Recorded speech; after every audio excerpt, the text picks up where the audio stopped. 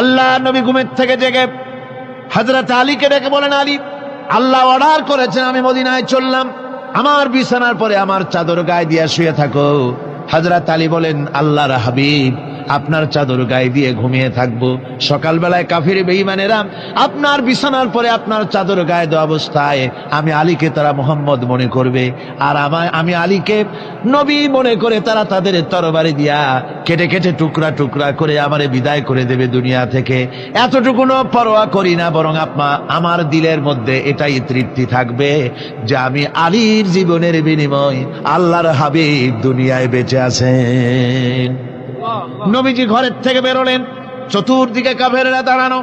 আল্লাহ নবী হাতে এক মুষ্টি বালু হাতে নিয়ে শাহ হাতেল বজু পড়ে 3 বার দম করে বালুগুলো ছেড়ে দিলেন।